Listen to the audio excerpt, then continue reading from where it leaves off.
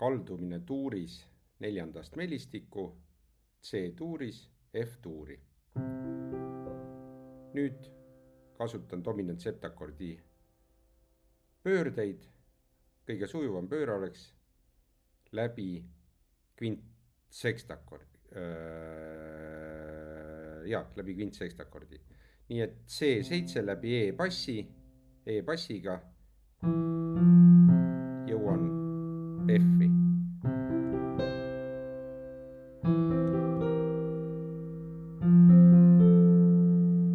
Veel kord. Nüüd jätan ühise heli G paika. Nüüd jätan ühise heli C paika.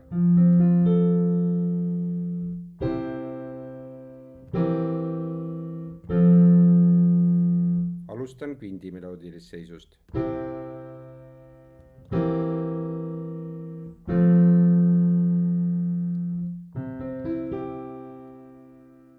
Jätan paika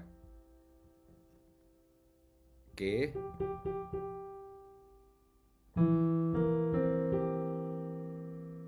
Jätan paika C. Ja alustan tertsimeloodilist seisust.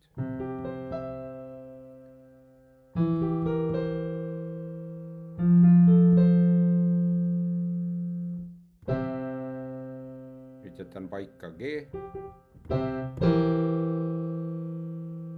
Jätan paika C.